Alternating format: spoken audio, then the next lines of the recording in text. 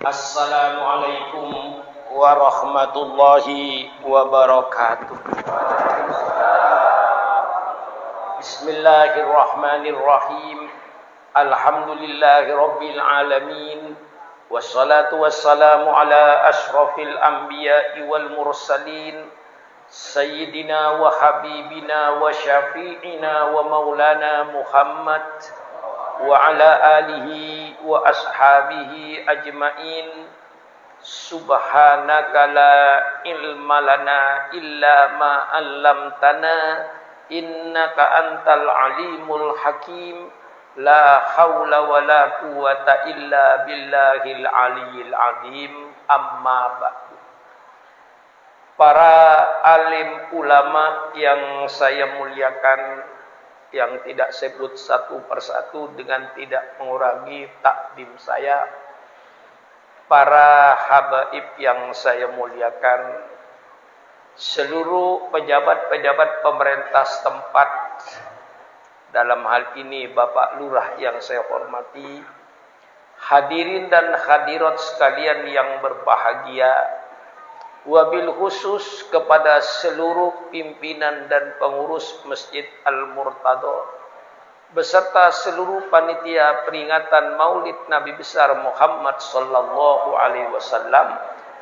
Terlebih dahulu saya menyampaikan ucapan terima kasih yang setinggi-tingginya. Terima kasih atas segala kegiatannya. Terima kasih atas segala aktivitasnya. Terima kasih kepada seluruh panitia peringatan Maulid yang semuanya niat kita hanya ingin untuk menghidupkan agama yang kita cintai di negara kesatuan Republik Indonesia ini. Rasulullah sallallahu alaihi wasallam bersabda, "Man ahya sunnati inda fasadi ummati falahu mithlu ajri syahidin." Barang siapa yang menghidupkan sunnahku, barang siapa yang menghidupkan agamaku di tengah-tengah kerusakan umatku, maka pahalanya sama dengan pahalanya orang-orang yang mati syahid di medan perang. Apalagi sekarang ini dalam era globalisasi, dengan kemajuan teknologi yang begitu besar, sedang terjadi perang peradaban. Perang peradaban ini perang yang tidak pakai senjata, tapi bahayanya jauh lebih dahsyat daripada yang pakai senjata. Perang peradaban antara peradaban yang berdasarkan nafsu, tentu yang dilahirkan oleh negara-negara barat, peradaban barat. Peradaban barat yang membanjiri negara-negara Islam ini, yang ingin mematikan dan meredupkan peradaban Islam ini.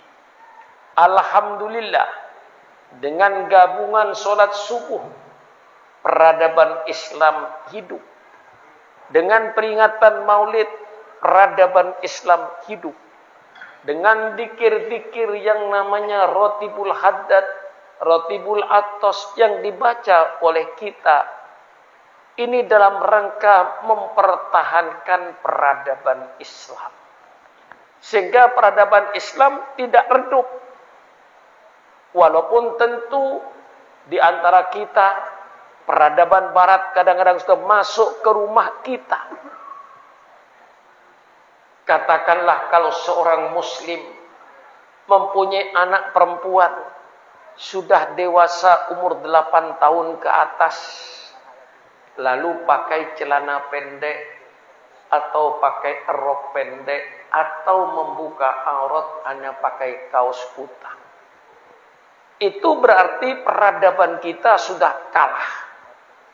Sudah masuk peradaban kafir, peradaban barat ke rumah kita. Lah ini sekarang sedang terjadi perang peradaban. turis-turis yang masuk ke Indonesia, film-film yang masuk ke Indonesia, majalah-majalah yang masuk ke Indonesia, peradaban-peradaban barat yang membanjiri negara-negara Islam ini, seperti misalnya jogetnya, dansanya, dan lain-lainnya, pergaulan bebasnya, penjudiannya, mabuk-mabukannya, minum-minuman kerasnya. Ini sedang terjadi perang peradaban. Apakah kita mampu mempertahankan peradaban kita? Ya tentu tergantung kepada kita semua. Kalau kita masih punya akidah yang kokoh, insya Allah peradaban kita tidak akan hancur, bahkan akan bertegak. Insya Allah seperti pagi hari ini, dengan adanya subuh gabungan dengan peringatan Maulid, ini kita sedang menghidupkan peradaban Islam. Nah, maka saya tidak lupa pula pada seluruh panitia, saya ucapkan terima kasih pula atas segala pengorbanannya. Selalu saya menekankan pengorbanan, dan pengorbanan. Mengapa? Karena tidak ada satu keinginan, tidak ada satu kemauan, tidak ada satu cita-cita yang akan berhasil tanpa adanya pengorbanan. Ini pengorbanan. Negara Kesatuan Republik Indonesia ini berdiri bukan hadiah dari Belanda. Negara Kesatuan Republik Indonesia terwujud merdeka bukan hadiah dari Jepang. Terwujudnya negara Kesatuan Republik Indonesia ini di atas aliran darah bangsa Indonesia. Sejak Perang Diponegoro tahun 1825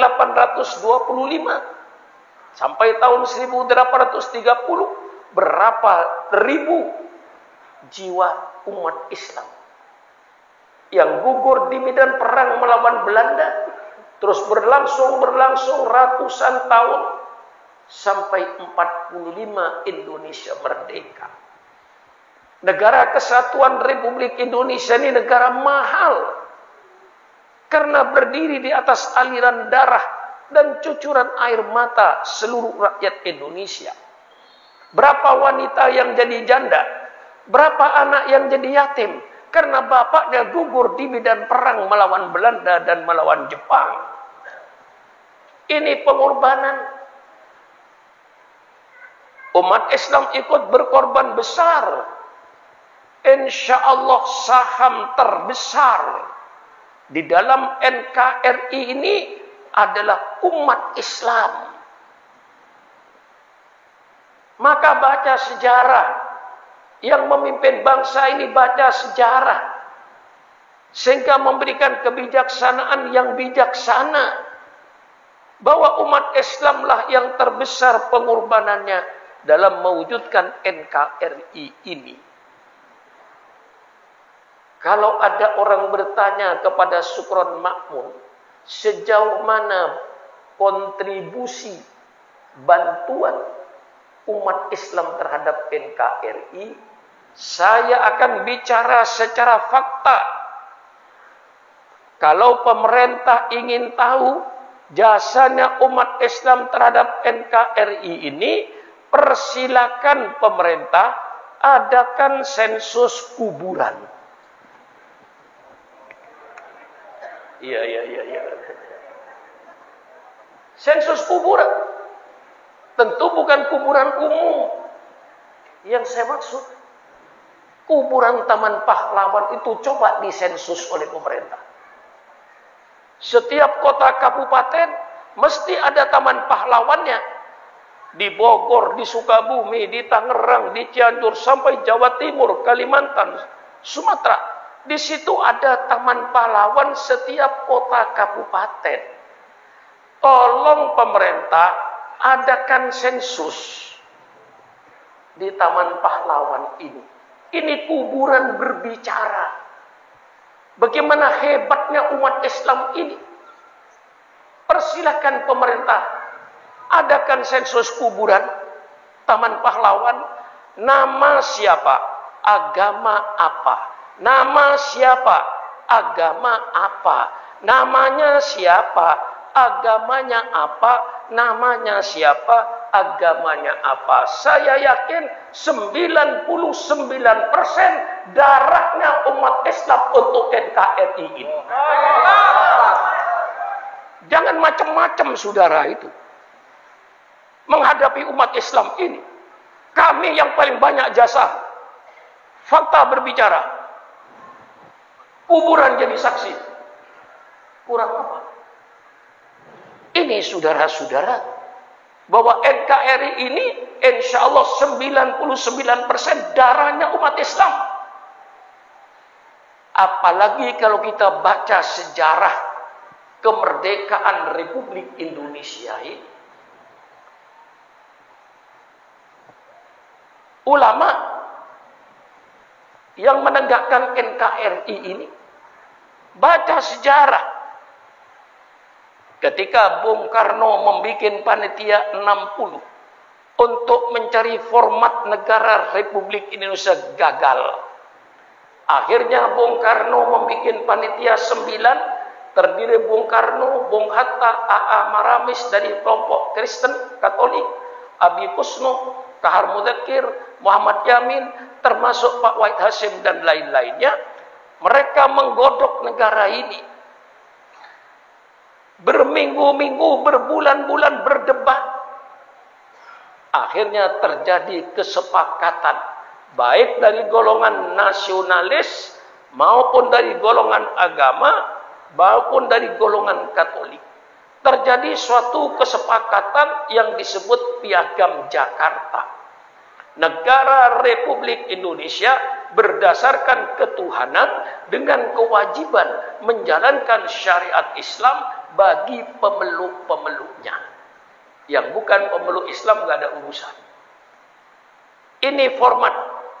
Dengan terbentuknya format ini, maka Bung Karno didorong untuk segera memproklamasikan kemerdekaan. Tanggal 17 Agustus jam 10 pagi, baru Bung Karno dengan lantang menyatakan, kami bangsa Indonesia. Dengan ini menyatakan kemerdekaan Indonesia.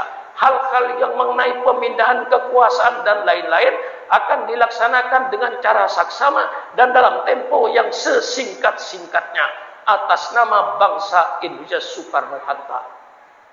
Barangkali itu diantara kiai yang hafal proklamasi. Belum tentu Kiai Muhtar kalau saya uji itu hafal proklamasi. Hafal saya proklamasi. Apa yang terjadi sejarah. Jam 10 proklamasi, jam 3 sore ada utusan dari tentara Jepang yang mengatasnamakan Indonesia Timur.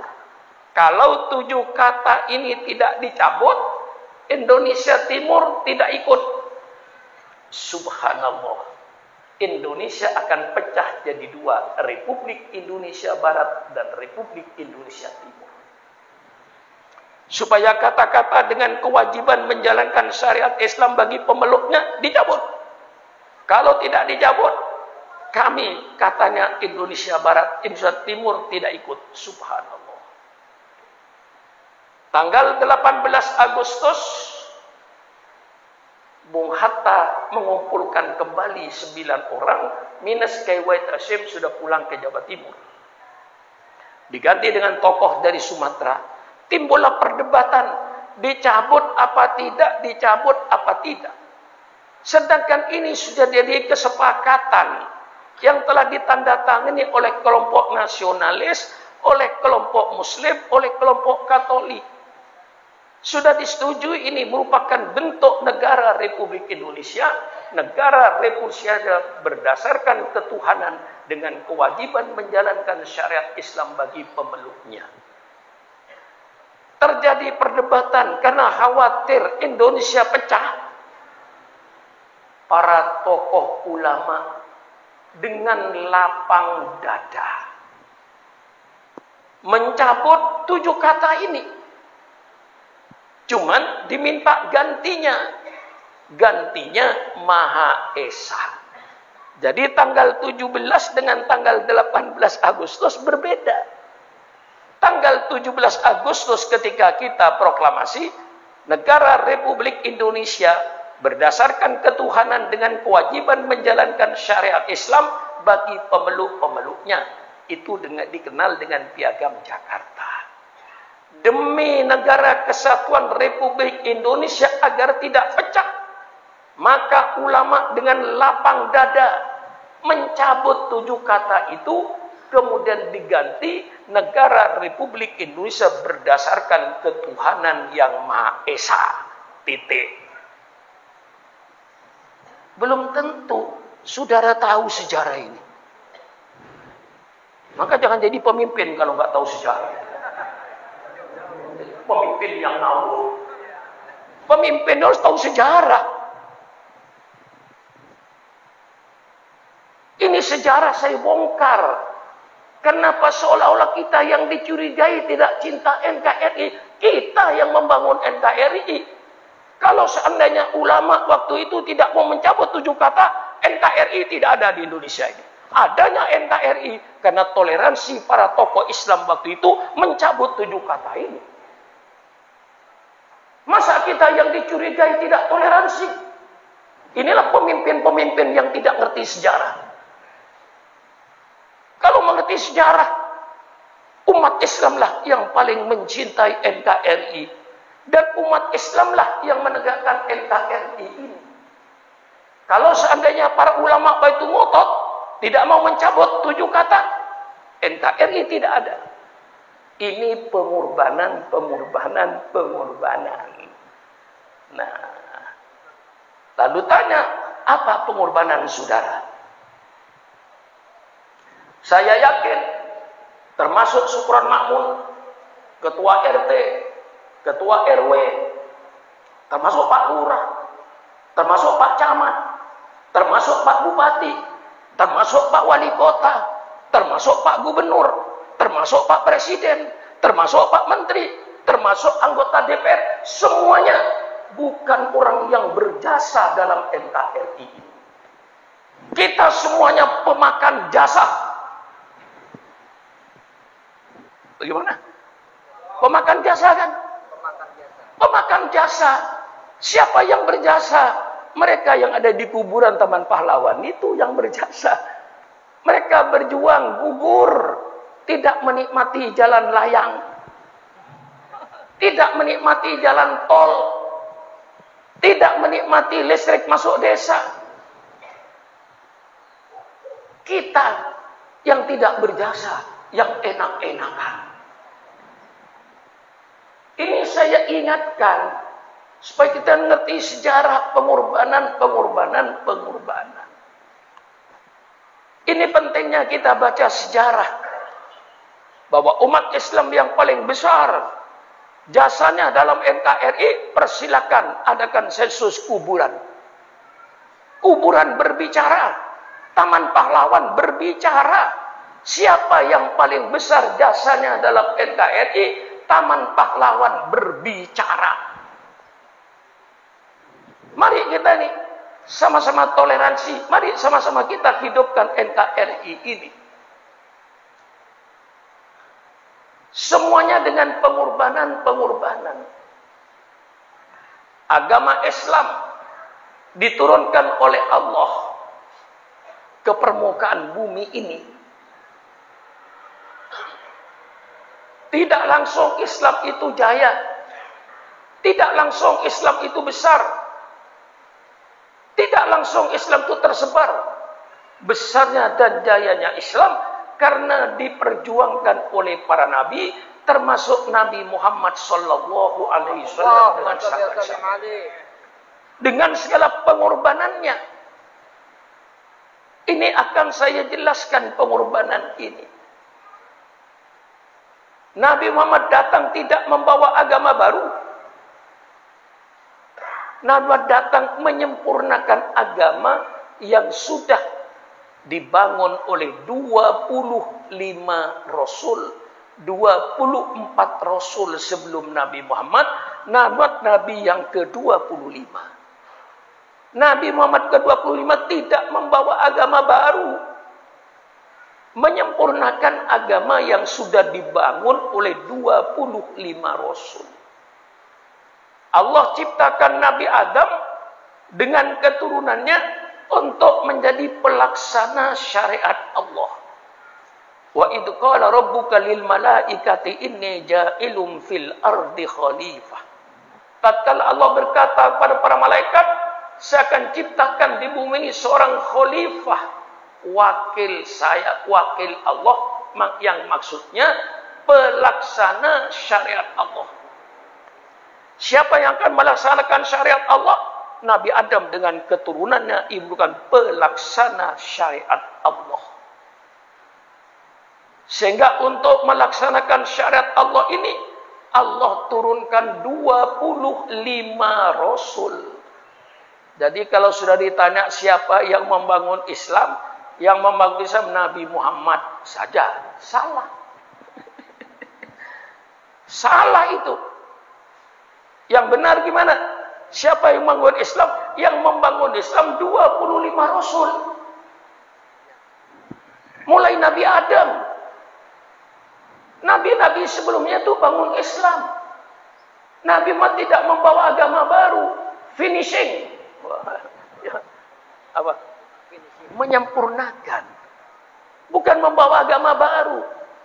Nabi Adam datang mengajak umatnya supaya beriman kepada Allah, pencipta alam semesta, sujud kepada Allah, bukan sujud kepada Nabi Adam. Dan Nabi Adam bersama-sama dengan umatnya sujud kepada Allah, Islam.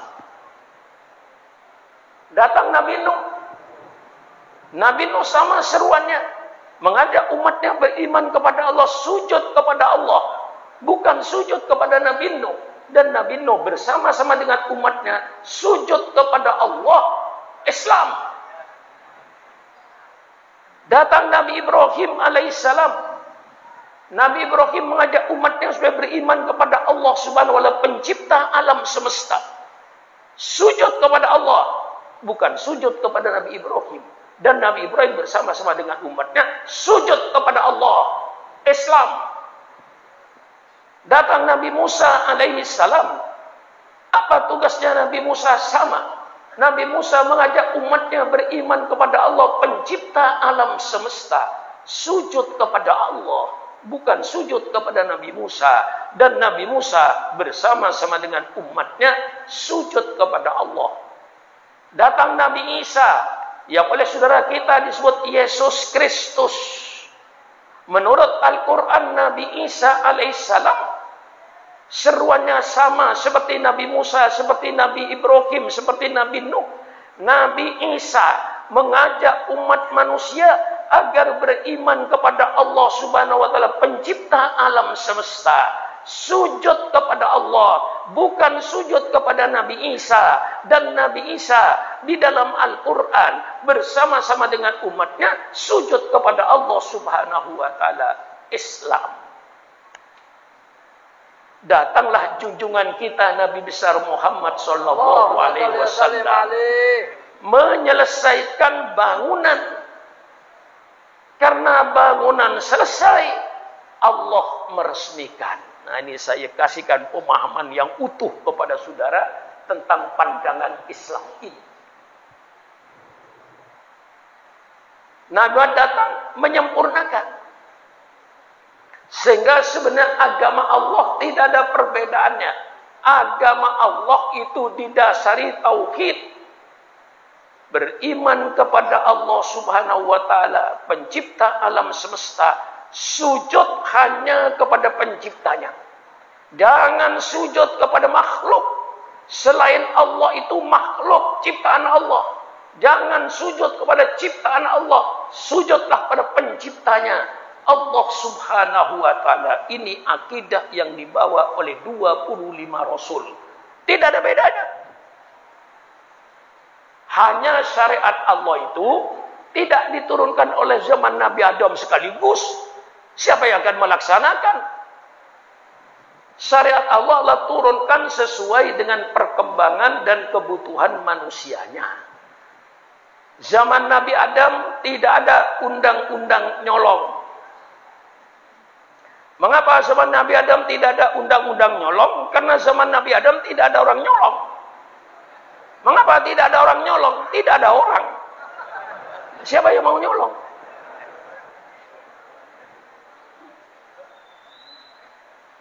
Dunia cuman miliknya Nabi Adam dengan Siti Hawa berdua. Siapa yang mau nyolong rambutan? Gak ada. Tanah belum dikapling-kapling. Boro-boro kapling, negara kagak ada. Tidak ada negara Eropa, negara Belanda, negara Saudi, negara Malaysia. Tidak ada. Yang ada dunia. Milik siapa? Nabi Adam dengan Siti Hawa berdua. Zaman Nabi Adam, oleh Allah perkawinan dipermudah. Kakak kandung kawin dengan adik kandung. Karena tidak ada orang dikasih rukhsah oleh Allah.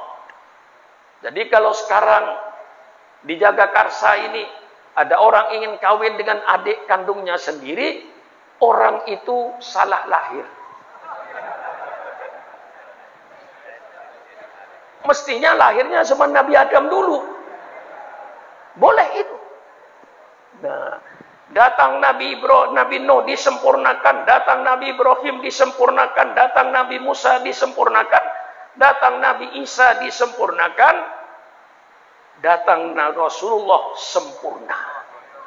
Disempurnakan dengan kitab-kitab suci. Datang Nabi Musa disempurnakan dengan kitab Taurat. Datang Nabi Daud disempurnakan dengan kitab Zabur. Datang Nabi Isa disempurnakan dengan kitab Injil.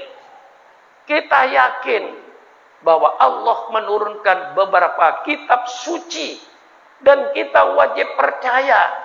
Tapi yang kita percaya kitab suci yang asli menurut Al-Quran. Kita percaya pada kitab Zabur. Kitab Zabur yang mana yang kita percaya?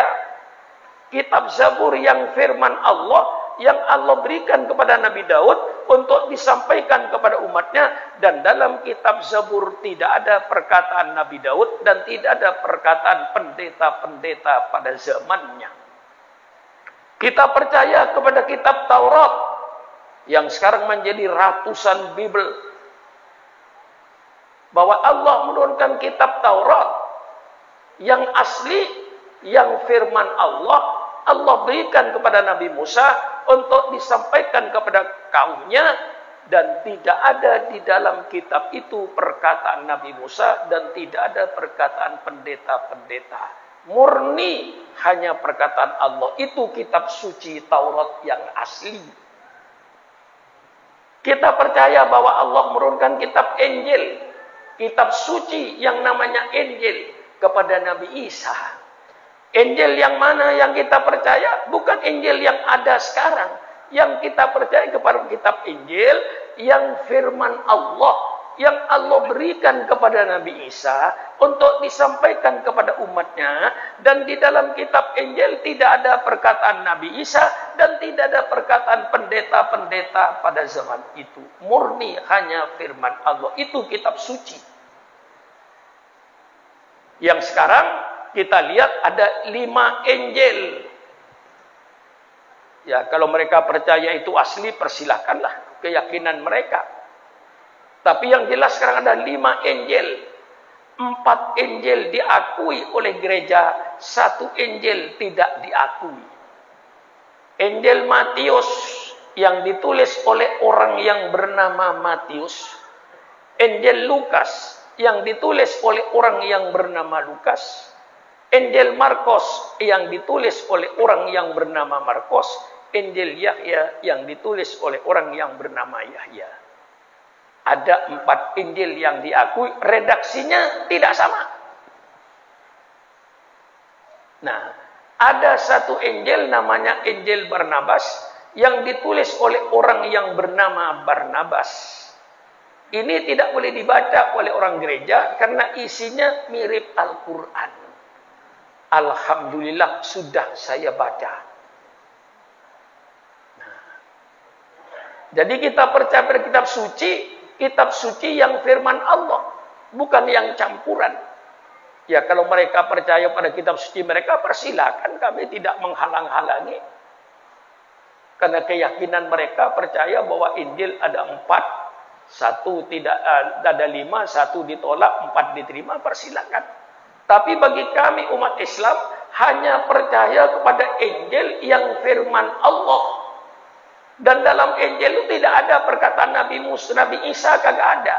Perkataan pendeta-pendeta juga nggak ada. Nah, inilah kitab suci. Datanglah Al-Quran 30 juz. Rasulullah sallallahu alaihi wasallam dalam kitab Shahihu Muslim dalam bab Muhammad khatamun nabiyyin, Rasulullah bersabda, "Mathali wa mathalul anbiya min qabli kamathali man bana baita wa ana akhiru man wada'a hadil labina." Perumpamaan saya, kata Nabi Muhammad, dengan nabi-nabi sebelum saya itu cuman ibaratkan orang yang membangun sebuah rumah besar. Sayalah datang terakhir, meletakkan batu terakhir, pertanda bahwa pembangunan agama Islam sudah selesai dengan datangnya Nabi Muhammad SAW yang kita rayakan. Qul bifadlillah wa birahmatihi wa bidzalika falyafrahu. Katakanlah oleh engkau Muhammad, dengan karunia Allah dan dengan rahmat Allah hendaknya mereka bergembira. Tidak ada karunia Allah yang lebih besar daripada lahirnya Nabi Muhammad sallallahu alaihi wasallam. Tidak ada rahmat Allah yang lebih besar daripada lahirnya Nabi Muhammad sallallahu alaihi wasallam. Ini berarti rahmat terbesar, karunia terbesar. Kita bergembira, tunjukkan rasa cinta kita pada Rasulullah. Kita adakan peringatan Maulid karena cinta sama Rasulullah. Insyaallah Rasulullah bersabda, "Al-mar'u ma'aman ahabba yaumal qiyamah." Setiap manusia nanti akan dikumpulkan oleh Allah di padang mahsyar bersama-sama dengan orang-orang yang ia cintai. Insyaallah kita jamaah Masjid Al-Murtada seluruhnya pencinta Rasulullah sallallahu alaihi wasallam. Insyaallah kita nanti akan bersama-sama dengan Rasul di padang mahsyar. Kita kena cinta pada Rasulullah, kita adakan peringatannya. Kita bergembira dengan lahirnya Rasulullah sallallahu alaihi wasallam. Bagaimana perjuangan beliau dengan segala pahit getirnya, Rasulullah melaksanakan amanah. Kalau sudah datang di kuburan Rasulullah, asyhadu annaka ya Rasulullah addal amanah wa nasahtal ummah bal wa ballaghtar risalah. Kita di depan Nabi menyatakan di depan kuburannya, ya Rasulullah, engkaulah yang telah memenuhi amanah yang Allah berikan kepada kau. Engkaulah orang yang telah menyampaikan ajaran-ajaran Islam kepada umat. Engkau telah menasehati umat. Kami menjadi saksi ketika ziarah kubur kepada Rasulullah sallallahu alaihi wasallam. Kita katakan di depan mereka, depan Rasulullah, innaka addaital amanah, ballaghtar risalah, wa nasahtal ummah.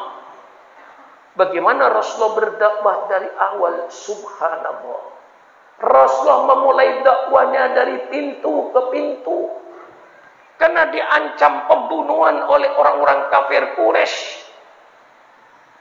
Dengan sepi, dengan sembunyi-sembunyi nabimu berdakwah. Akhirnya Allah perintahkan fasda bima tu'mar wa a'rid anil jahilin. Hai Muhammad, sekarang kau tidak perlu lagi sembunyi-sembunyi. Sampaikan dakwah ini secara terang-terangan. Mulai Rasulullah terbuka mengajak bangsa Arab kaum Quraisy untuk beriman kepada Allah.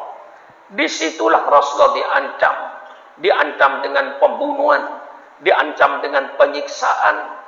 Sayyidina Bilal diikat tangannya, ditarik di atas padang pasir, perutnya dikasih batu agar mereka kembali kepada agama yang kafir. Tapi Sayyidina Bilal kokoh, ahad, ahad, ahad, Allah yang Maha Esa. Dalam keadaan disiksa semacam itu, lah ini saya bacakan pengorbanan, belum yang dibunuh. Tetapi kenyataannya kekejaman, penyiksaan, pembunuhan tidak mampu untuk memadamkan api Islam ini. Api Islam semakin menyala untuk menerangi kegelapan kota Mekah. Akhirnya orang kafir Quraisy merubah politiknya, mengadakan embargo ekonomi. Di dinding Ka'bah yang 4 dinding ditulis, seluruh bangsa Arab tidak boleh mengadakan hubungan dagang dengan umat Islam, khususnya di bidang pangan. Inilah penderitaan nabimu. Jadi kalau bangsa Irak, bangsa Libya pernah diembargo ekonominya oleh Amerika Serikat, saya katakan, hai bangsa Irak, hai bangsa Libya, bukan engkau yang pertama kali merasakan pahitnya embargo ekonomi. 1400 tahun yang lalu, nabimu Muhammad sallallahu alaihi wasallam yang menderita dengan embargo ekonomi ini.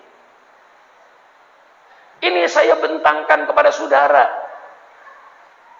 supaya tahu bagaimana pahitnya Rasulullah berjuang, bagaimana penderitaannya. Akhirnya orang kafir Quraisy merubah lagi politiknya. Karena embargo ekonomi tidak mampu untuk memadamkan Islam. Islam semakin menyala. Akhirnya orang kafir merubah politiknya lagi dengan politik damai. Abu Thalib pamannya didatangi oleh orang kaum Quraisy. Hai Abu Thalib, engkau kan pamannya Muhammad. Muhammad itu ponakanmu. Coba tanya sama ponakanmu maunya apa. Kalau ponakanmu ingin tahta kedudukan, kami penduduk Mekah siap untuk mengangkat ponakanmu Muhammad itu jadi raja di kota Mekah ini. Dengan syarat berhenti jadi nabi. Berhenti berdakwah. Abu Thalib tanya sama ponakanmu, maunya apa? Kalau dia ingin kaya, kami penduduk Mekah siap untuk menyerahkan kekayaan kami pada ponakanmu, sehingga nanti Muhammad menjadi orang terkaya di Mekah ini dengan syarat berhenti jadi nabi. Abu Thalib tanya sama ponakanmu, maunya apa? Mau kawin dengan gadis-gadis di kota Mekah? Kami kumpulkan semua anak perawan ini.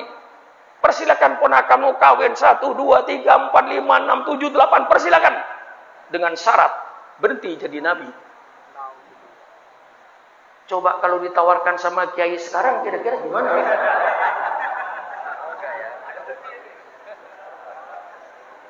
Lihat di sini letaknya uswatun hasanah.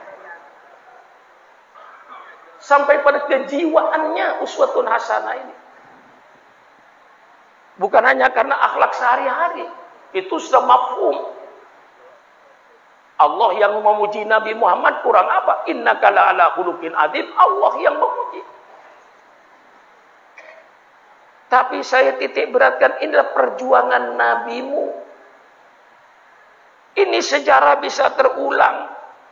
Maka kiai-kiai, hati-hati kiai kalau ditawarin jabatan.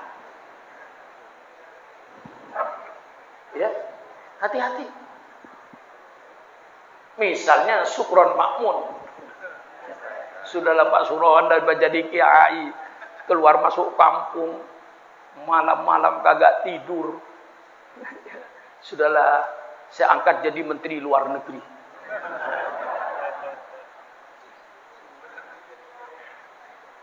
Begitu saya terima jabatan menteri luar negeri, Pada waktu itu saya menjadi mantan kiai. Mendingan mantan bajingan. Lebih baik mantan bajingan. Ya, mantan bajingan kan bagus toh. Itu yang nabu beduk tiap pagi subuh. Itu dulu preman itu, mantan preman itu. Bagus. Itu yang nongkrong di minuman keras itu dulu ustaz. Insya Allah tidak ada, cuma umpama aja. Umpama aja. Lah ini saudara-saudara, sejarah itu akan terulang, saudara. Ini penawaran lama. Supaya Nabi berhenti jadi nabi. Tahta, harta, wanita, gagal. Karena dengan segala macam cara politik dijalankan bangsa Quraisy gagal semua. Akhirnya Abu Lahab, Abu Jahal mengadakan musyawarah di Darun Nadwah yang dalam tafsir Tabari diikuti oleh iblis yang berupa manusia. Bagaimana cara membendung gerakan Muhammad ini? Segala macam cara sudah kita laksanakan.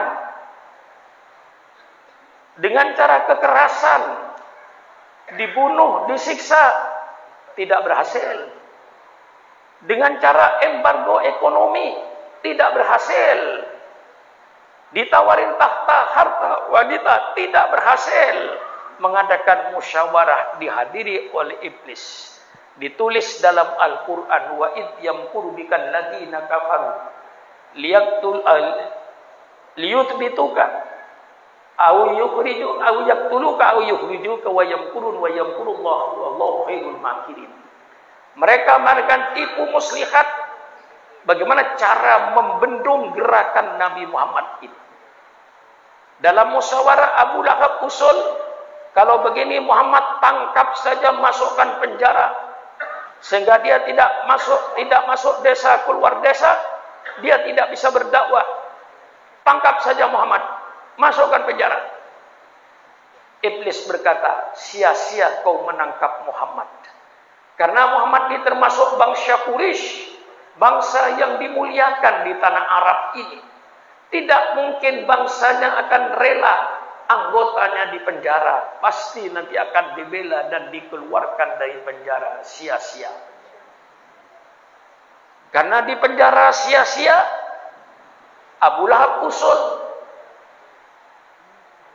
usir saja Muhammad dari kota Mekah ini, supaya tidak berada di kota Mekah ini. Usir ke luar negeri. Iblis berkata, ini usul sangat berbahaya. Kalau Muhammad diusir ke luar negeri, nanti di luar negeri dia berdakwah banyak pengikutnya, mesti negara kami nanti akan diserbu dari luar negeri. Bahaya usulmu itu. Nah, ini baca sejarah ini. Ya. Sejarah ini baca. Kayak begini penderitaan Nabi Muhammad. Akhirnya Abu Jahal bikin keputusan, kalau ditangkap tidak ada gunanya, diusir ke luar negeri berbahaya. Sekarang saya putuskan, bunuh saja Muhammad. Kata iblis, ini yang benar. Ini penderitaan nabimu yang kadang-kadang kurang dibaca. Dibaca yang enak-enak aja. Saya baca ini penderitaan nabimu. Bunuh saja Muhammad ini. Iblis berkata, ini pendapat yang benar.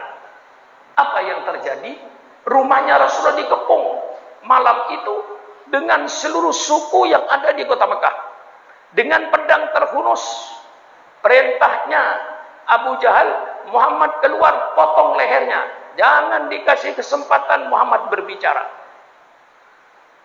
Coba bagaimana saudara keadaan Nabi Muhammad dalam rumah yang gelap, dikepung dengan pedang terhunus, mau dibunuh.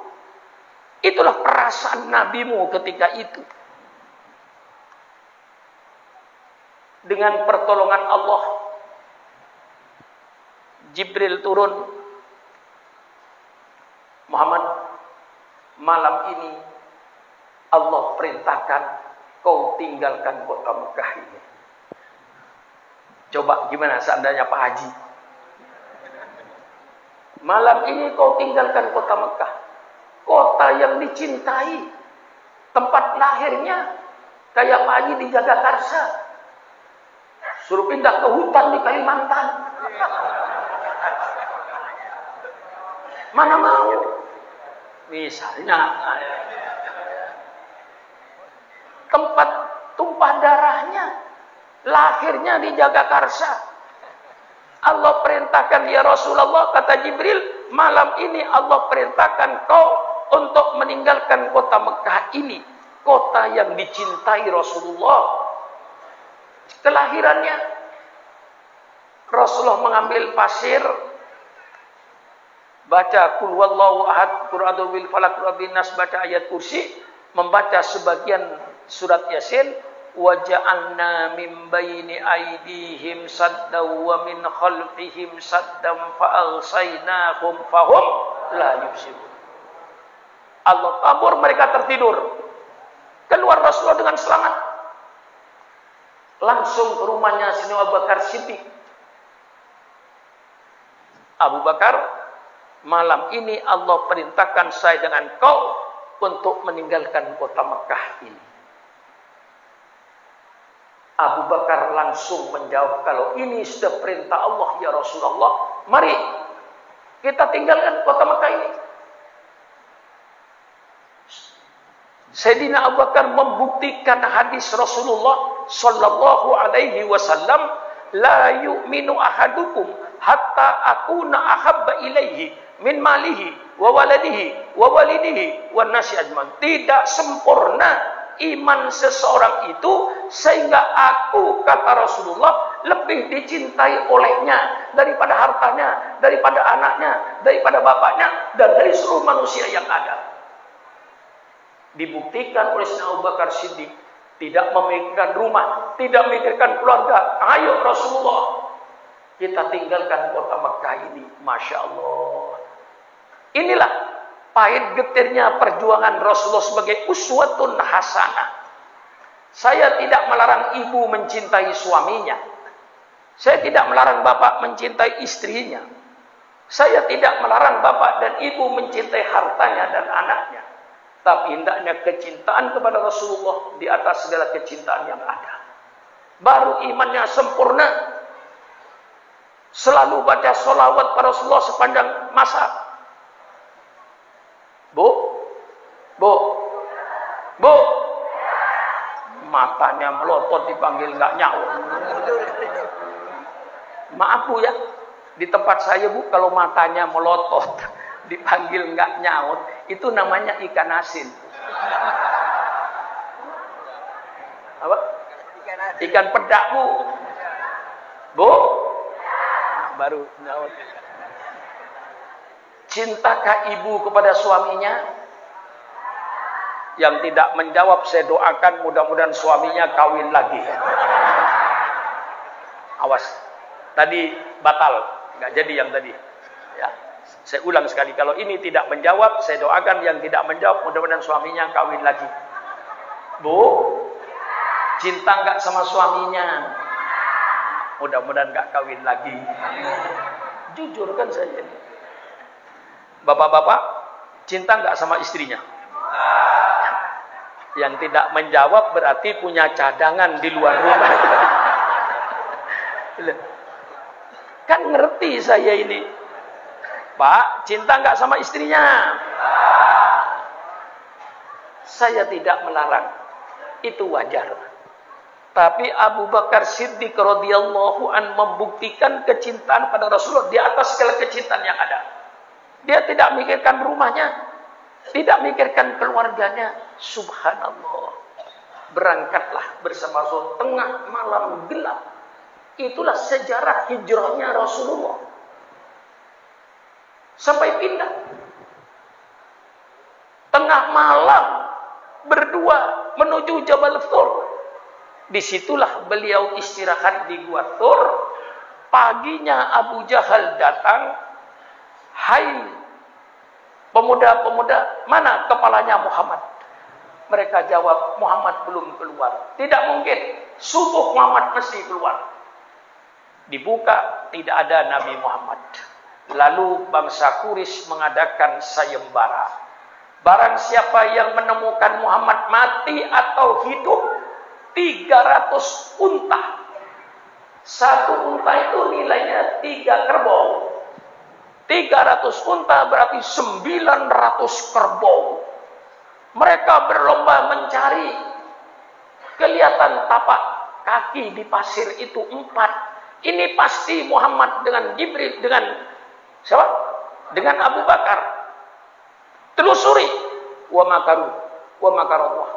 Wallahu khairul makirin.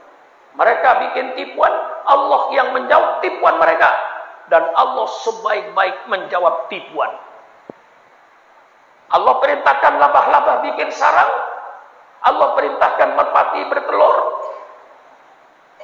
Karena sarang labah-labah masih utuh, rapi. Dari jauh mereka berteriak semuanya, tidak ada orang, tidak ada orang, tidak ada orang. Padahal di situ ada Nabi Muhammad dengan Abu Bakar Siddiq radhiyallahu anhu. Setelah 3 hari berangkatlah ke Madinah lewat jalan tikus, istilah orang Betawi. Tidak jalan biasa, jalan biasa mesti ketangkap. Jalan tikus, bukit-bukit itu yang dilewat, yang tidak dilewatin orang. Itulah penderitaan Nabi uswatun hasanahnya. Sampai di Madinah disambut oleh penduduk Madinah. Disitulah Rasulullah mulai mendirikan peradaban Islam. Ya. Di Mekah tidak sempat mendirikan peradaban Islam. Di Madinah lah Rasulullah mulai mendirikan peradaban Islam. Bagaimana peradaban Islam dalam berumah tangga? Bagaimana peradaban Islam dalam ber-RT, ber-RW, bermasyarakat? Islam punya peradaban. Bagaimana peradaban Islam dalam ekonomi? Islam punya peradaban yang sangat indah. Rasulullah membentuk peradaban dalam politik, dalam mengatur negara. Bagaimana peradaban Islam dalam politik? Bagaimana peradaban Islam dalam ekonomi, bagaimana peradaban Islam dalam bermasyarakat, bagaimana peradaban Islam dalam berumah tangga.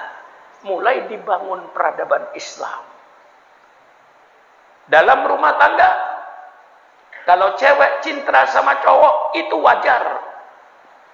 Kalau ada anak muda bilang, saya Pak Kiai ketemu dengan cewek cantik Pak Kiai, saya nggak apa-apa Kiai, biasa aja.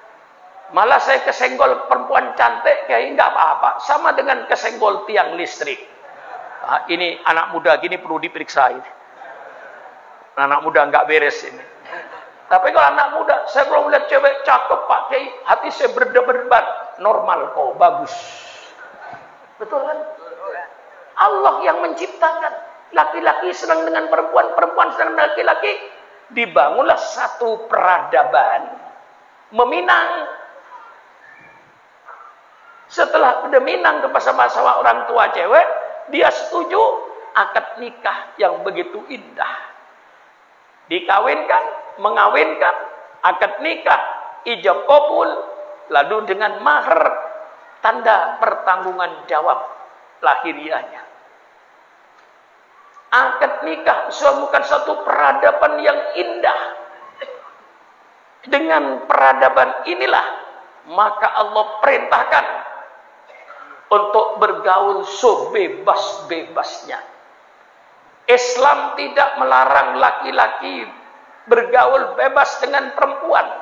Malah Islam menyuruh agar laki-laki bergaul sebebas-bebasnya dengan perempuan, tapi di bawah keridhaan Allah melalui akad nikah yang sah. Indah Islam itu. Ini peradaban yang dibangun oleh Rasulullah. Peradaban Islam. Iya, tidak ada. Oh, Islam melarang laki-laki bergaul bebas dengan perempuan. Kalau Islam melarang laki-laki tidak boleh bergaul bebas dengan perempuan, tidak ada Pak Haji. Tidak ada Pak Lurah. Pak Lurah itu hasil pergaulan bebas. Ya, Sadar? Hasil pergaulan bebas. Kalau ayah, ibu tidak bergaul bebas di kamar, nggak ada bagian. Syukuran makmun termasuk hasil pergaulan bebas. Ayah saya dengan ibu saya bergaul bebas dibawa keridhaan Allah dengan akad nikah yang sah. Yang dilarang ayam. Jangan jadi kayak ayam. Bu, tahu ayam nggak, Bu? Nggak tahu. Ayam bertelur, Bu. Katakan 6. Ngerem, Bu. Di antara telur yang ngerem tadi ada yang ayam jago, Bu. Gede ayam jago tadi ibu kandungnya dikawin. Kurang ajar nggak? Kurang ajar nggak? Siapa?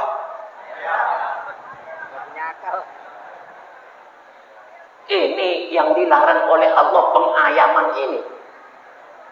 Pengkambingan ini yang dilarang. Ayam bertelur, netes jadi ayam betina. Gede, dikawin oleh ayah kandungnya sendiri. Berapa dalam koran anak perawan yang hamil? Karena orang tua kandungnya ayam. Ini yang dilarang. Maka peradaban Islam dalam rumah tangga ini peradaban yang indah. Peradaban yang bagus. Kemudian dibangunlah rumah tangga tanpa kekerasan. Wa ashiruhunna bil ma'ruf. Pergaulah istrimu dengan baik. Pergaul istri dengan sopan. Jangan memperlakukan dengan kekerasan. Lemah lembut dengan istrinya, bapak-bapak. Cintailah, kasihan istrinya, Pak. Mengapa Islam sampai menyuruh laki-laki pergaul istrinya dengan lemah lembut, dengan baik, dengan sopan santun? Saya buka rahasianya. Boleh saya buka? Boleh saya buka? Bapak bergaul dengan istri bapak 1 jam bebas. Setelah itu bapak selesai. Tapi ibu yang tadi dipergawi 1 jam itu 9 bulan akan menderita akibat perbuatan bapak. Wah, ibu dukung saya sepenuhnya. Loh, ini saya buka rahasianya. Mengapa Allah sampai mesen sama laki-laki, kasihan istrimu akibat perbuatanmu. 9 bulan dia hamil. Begitu mau melahirkan, tahu bapak, perempuan melahirkan itu antara hidup dan mati. Apa hidup, apa mati. Itu perjuangan seorang ibu. Mengapa Anda lalu kasar dengan istrinya? Inilah Islam mempunyai peradaban.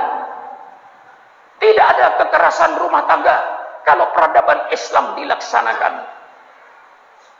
Bagaimana? Mantap? Mantap? Ngaji. Saya kasih ilmu. Saya tidak akan mengurangkan perkataan dari lidah saya yang sia-sia. Semua yang saya keluarkan mesti isi ilmu. Coba mulai tadi dari awal saya bicara. Lah inilah peradaban Islam. Dibangun lagi rumah tangga, mulai WC. Subhanallah, punya peradaban. Mari kita hidupkan peradaban Islam. Mulai dari WC kita Islamkan. Mau masuk WC dengan kaki kiri, dengan berdoa sebelumnya, Allahumma inni a'udzubika minal khubuthi wal khaba'is. Peradaban Islam, semua najis tuntaskan. Dan Islam paling indah cara membersihkan najis. Bagaimana tidak? Sucikan najis. Kalau najis itu berwarna, sampai hilang warnanya. Kalau najis itu berbau, sampai hilang baunya. Kalau najis itu ada rasanya, seperti alkohol dan yang babi, sampai hilang rasanya, baru suci. Mana ada peradaban bersuci seperti Islam?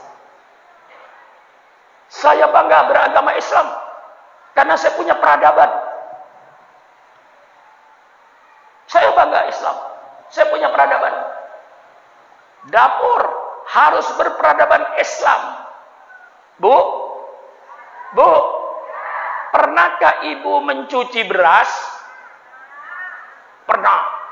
Sering. Tiap hari kok pernah itu. Ini waktu SD barangkali bahasa Indonesianya nggak lulus ibu-ibu. Kalau saya tanya, Bu, pernah ke Palembang? Pernah Pak Kiai? Sekali. Tapi kalau saya tanya, Bu, pernah mencuci beras? Sering. Pernahkah ibu bertanya, hai beras, dari mana datang? Kita punya peradaban. La ta'kulu amwalakum bainakum bil batil. Jangan kau makan harta di antara kamu dengan cara yang batil. Korupsi itu haram. Sogok menyogok itu haram. Rentenir itu haram. Ngurangin timbangan itu haram. Nipu orang itu haram. Kapan barang haram itu akan hilang? Kalau semua bangsa Indonesia berperadaban Islam. Bagaimana berperadaban Islam? Jangan ada rezeki yang lewat tenggorokannya, rezeki yang haram. Selama bangsa Indonesia pikirannya yang penting perutnya kenyang, halal haram tidak peduli, hak batil tidak peduli, yang penting perut saya kenyang. Halal haram tidak peduli. Selama bangsa Indonesia berpikiran seperti ini, jangan diharapkan korupsi akan berakhir. Jangan diharapkan sogok menyogok akan berakhir. Jangan diharapkan perampokan akan berakhir. Jangan diharapkan penipuan akan berakhir. Selama bangsa Indonesia yang penting perutnya kenyang, halal haram tidak peduli, maka kemungkaran akan subur di Indonesia ini. Karena tidak berperadaban Islam.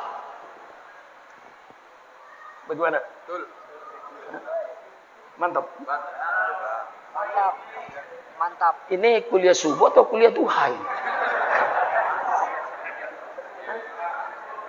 Subuh sampai duha. Subuh sampai duha. Sekarang sudah saya kejebak saya ini. Ibu-ibu itu tenang semua itu. Enggak ada satupun yang berdiri mulai tadi. Duduk anteng semua. Dengan keantengan saudara itu saya kejebak. Ikut anteng jadinya. Ikutin saudara saya ini. Coba saudara berdiri keluar. Berdiri keluar. Ibu berdiri keluar. Berdiri keluar. Insya Allah saya berhenti, Bu. Daripada saya ditinggal sendirian di masjid. Ini peradaban. Ya kalau saya diperinci enggak selesai pidato saya itu. Sudah saya ambil garis besarnya aja.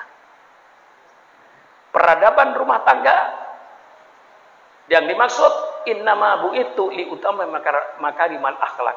Suaminya berakhlak, istrinya berakhlak, anaknya berakhlak. Inilah peradaban rumah tangga. Banyak kalau saya peradaban makan, Pak. Bu, kalau ibu nanti makan dengan suaminya, Bu, ingat saya ya. Bukan ingat ngirim, enggak usah. Di rumah banyak makanan saya.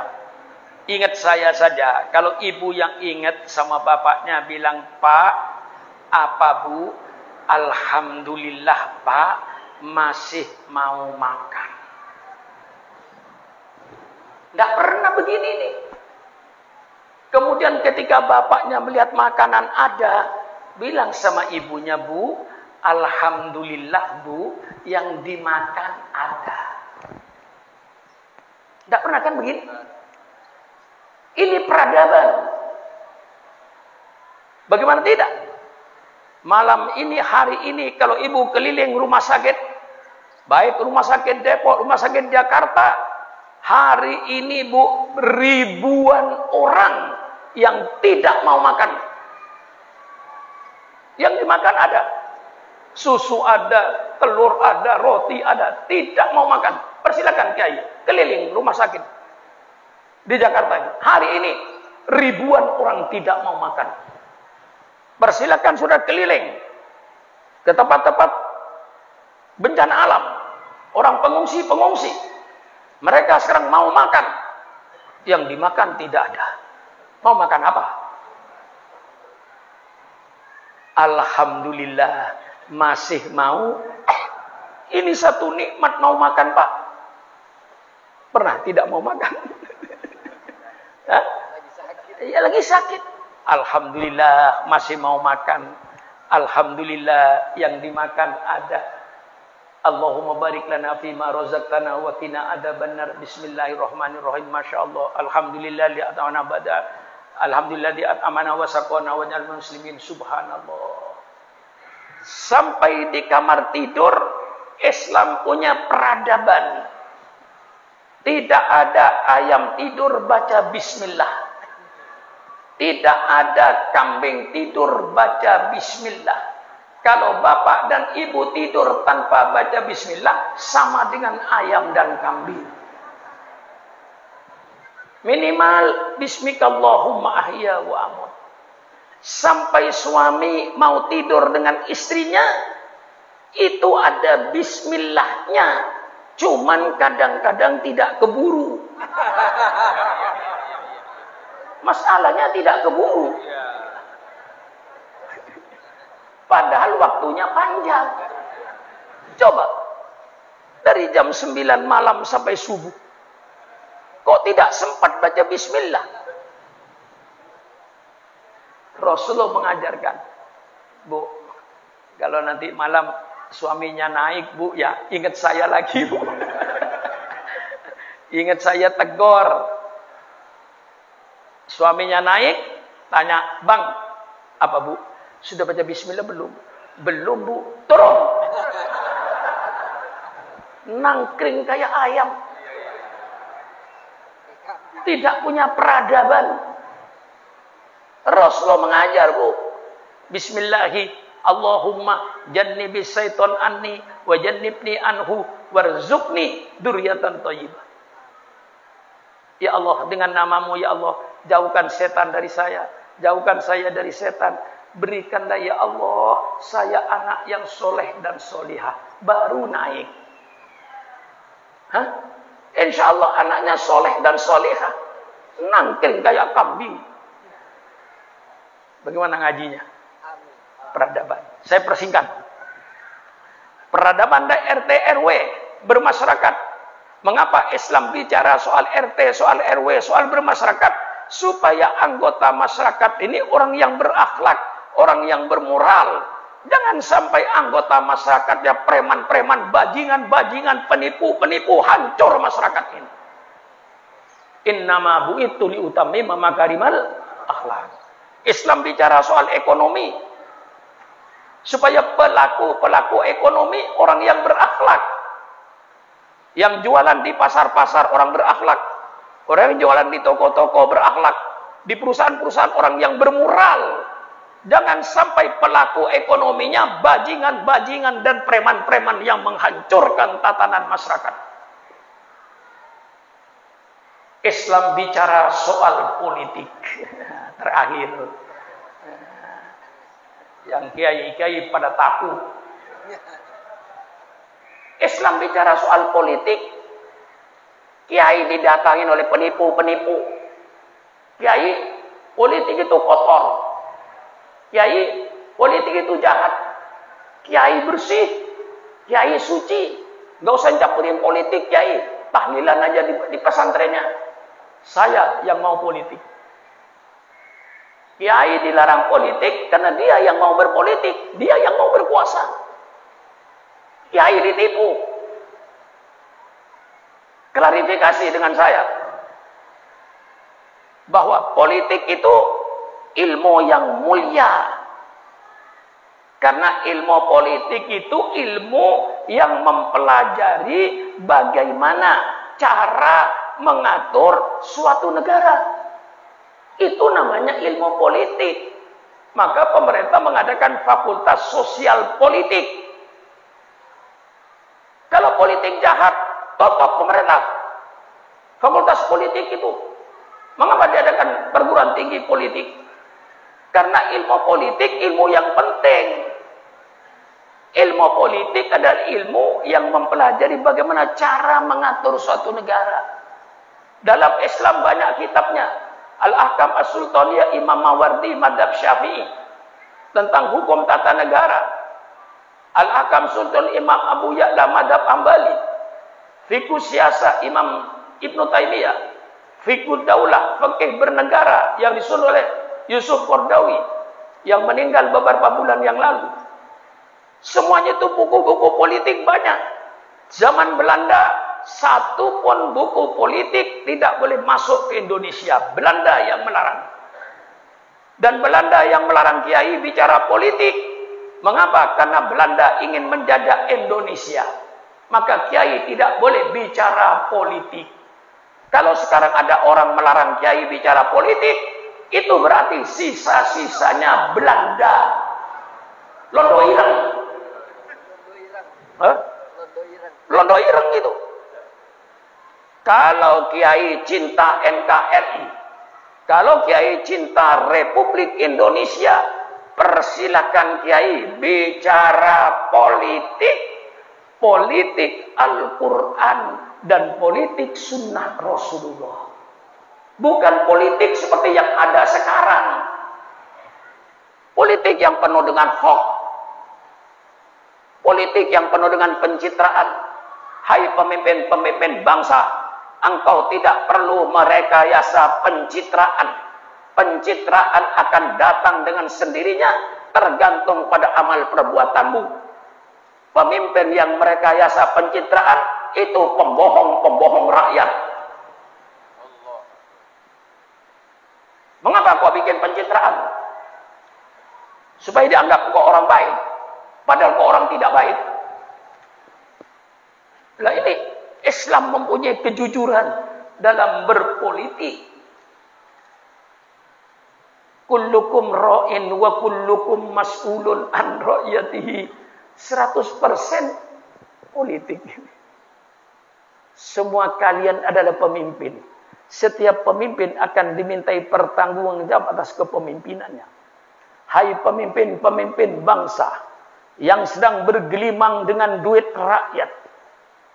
Engkau hidup mewah dengan mobilmu, itu adalah duit rakyat.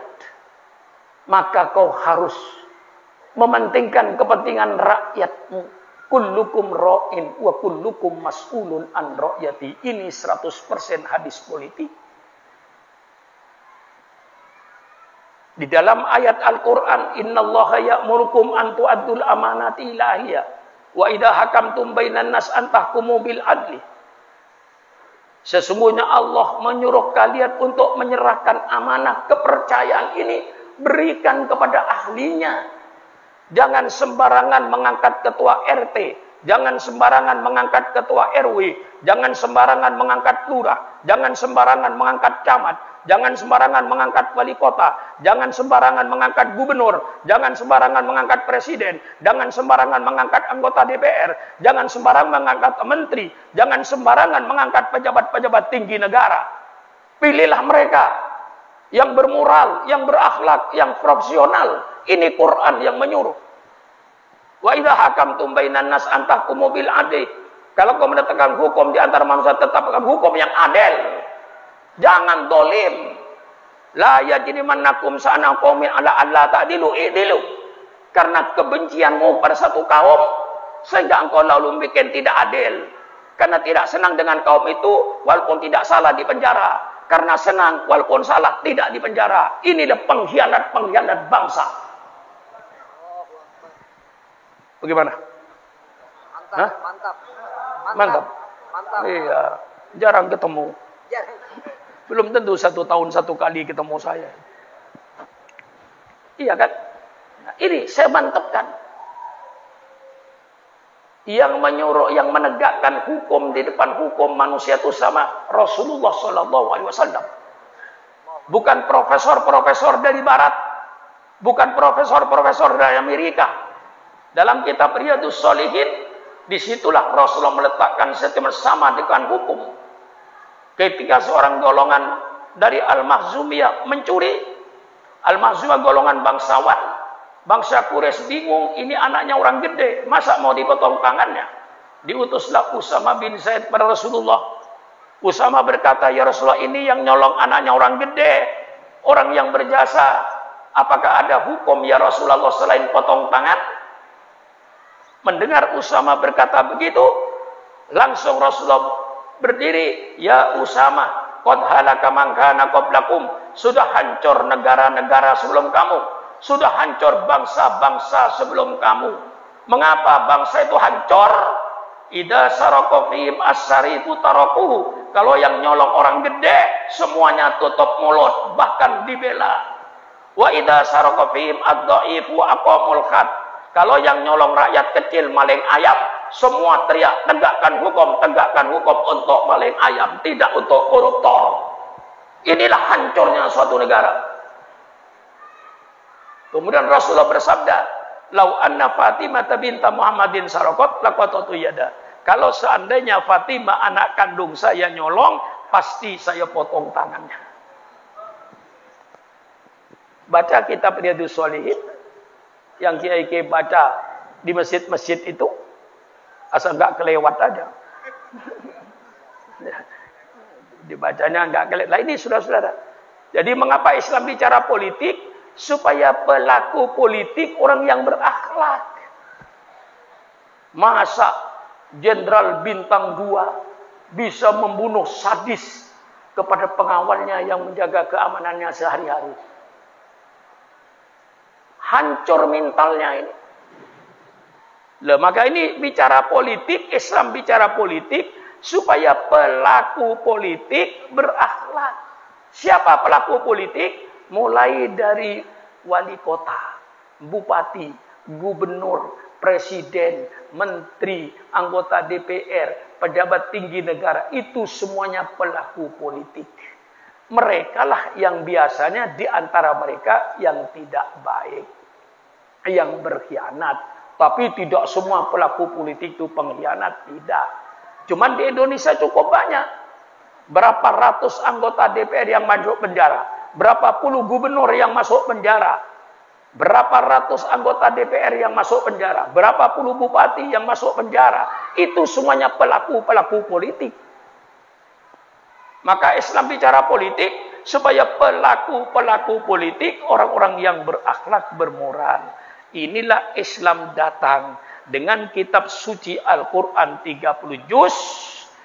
Dengan datangnya Nabi Muhammad, pembangunan selesai, Allah resmikan.